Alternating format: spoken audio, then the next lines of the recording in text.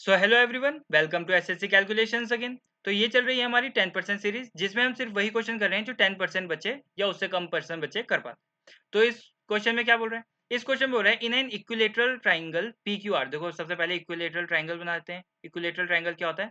P Q R, ठीक है।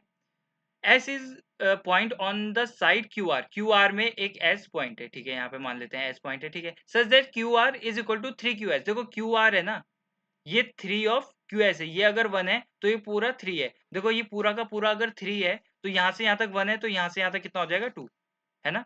यहाँ से पूरा का पूरा यहाँ तक 3 था, है ना। तो यहाँ पर 1 बोल दिया है तो इसके बाद यहाँ पे 2 होगा, तभी तो पूरा मिलाकर 3 होगा। इतना आप समझ गए होंगे, ठीक है। अब वो बोल रहे हैं सबकी वैल्यू है 999। इक्विलेटरल में तीनों साइड इक्वल होती हैं, तो ये भी 9 है, ये भी 9 है और ये भी 9 होगी। अब ये डिवाइड किस रेशो में है? 1:2 में। तो इसको हम डिवाइड कर लेते हैं। तो 1:2 रेशो में है, तो इसका मतलब ये डिवाइड होगी, ये 3 होगी और ये 6 होगी, ठीक है। इतना आप समझ गए होंगे, ठीक है। इफ पी क्यू ये दे, ठीक है, then what will be the length of P S. P S की लंबाई कितनी होगी? देखो अब इसमें लगते है एक थ्योरम, ठीक है। तो स्टेवर्ट थ्योरम बोलते हैं उसे। उस वो होती है, देखो यहाँ पर लिख देता हूँ मैं, इसको आप नोट भी कर लेना क्योंकि बहुत ही ज्यादा इंपॉर्टेंट है। अगर ए बी सी है तो ए के सामने वाली को साइड को मानते हैं ए, सी के सामने वाली को मानते हैं सी छोटा सी, बी की सामने वाली को मानते हैं बी। तो इसका और ये देखो, इसको अगर हम यहाँ पे थोड़ा दूर रखें और ये डिवाइड हो रहा है m/n के रेशो में। ये m है यहाँ पे और यहाँ पर n है, ठीक है। तो इसका क्या फॉर्मूला होता है? इसका होता है ये वाली साइड, देखो सी स्क्वायर, थोड़ा कलर चेंज कर लेते हैं इसका।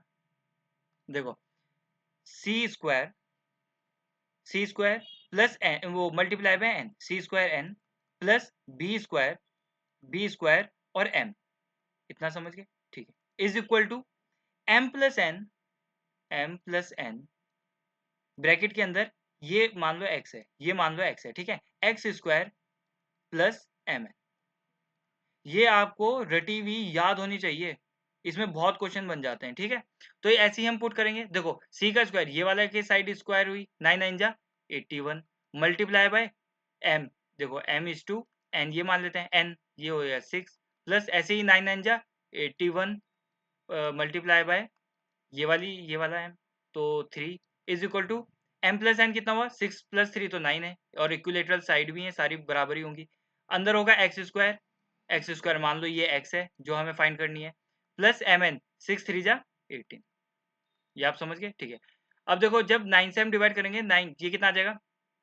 देखो ये 18 इंटू 6 है, 18 इंटू 3 है, तो ये 81 इंटू 6 है, 81 इंटू 3 है, तो 81 इंटू 9 हो सकता है, बिल्कुल हो सकता है, ठीक है। अब ये हो जाएगा 9 एक्स स्क्वायर प्लस 18। इसको सॉल्व करना तो आपको आता ही होगा, है ना। 81 81, अब ये 18 इधर आ जाएगा तो -18 हो जाएगा, उधर क्या बचेगा? X square.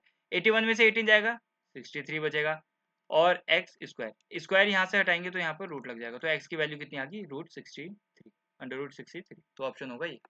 आशा करता हूँ आपको समझ में आया होगा और क्लास भी अच्छी लगी होगी। अब मिलते हैं आपसे नेक्स्ट लेक्चर में, तब तक के लिए बाय, टेक केयर।